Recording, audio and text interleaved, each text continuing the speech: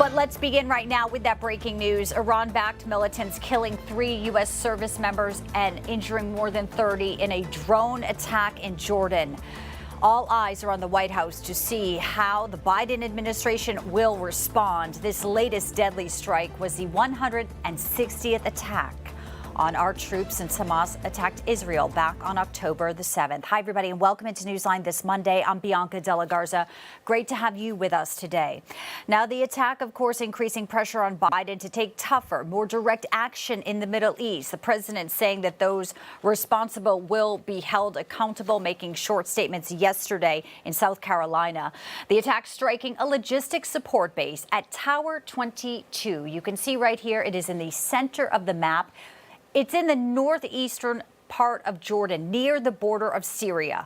About 350 U.S. Army and Air Force service members are deployed there. One of their roles includes helping defeat ISIS. Now, defense officials are warning that the number of service members injured may rise because it may take some time for symptoms to develop. We do know 8 of the injured had to be medically evacuated from Jordan, where they are listed in stable condition. Over the past few months, the U.S. has conducted drone strikes in Yemen, Iraq, and Syria. This in response to the adversary fire against American troops in the region and to try and discourage Houthi attacks against the commercial ships in the Red Sea. But Republicans are saying the Biden administration's actions against Iranian proxy forces are not tough enough. Just earlier this month, Biden says he had warned Iran, but that the warning fell on deaf ears. Listen. I've already delivered the message to Iran. They know I'm not to do anything. So again, yesterday, Biden vowing to respond to this latest attack, leaving 3 troops dead. There are bipartisan calls today, though, in Washington, saying Biden must seek input from Congress. Fears this could pull the U.S. even deeper into an escalating conflict in the region. Let's get you out live right now to the White House. Our chief White House correspondent, James Rosen, is with us today. James, great to have you in. Bianca, good afternoon. Senior U.S. officials say the large drone that was fired off by yet another of these Iranian-backed militias struck at a base located in northeastern Jordan, just across the Syrian border, a base known as Tower 22. This aerial image shows the base as it appeared in October. Typically, about 350 U.S. Army and Air Force personnel are stationed there. Published reports say the drone struck near sleeping quarters with no Jordanian service members injured. The Associated Press reports all 3 of the Americans killed, and most of those wounded were Army troops.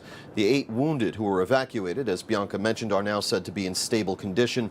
President Biden was briefed by his intelligence and national security aides yesterday and was courting African-American votes at the Brooklyn Baptist Banquet Center in South Carolina when he spoke publicly about the attack for the first time. I want to point out that we had a tough day last night in the Middle East. We lost 3 brave souls in an attack on one of our bases. Yes. And I'd ask you for a moment of silence for all 3 of those fallen soldiers. Jesus.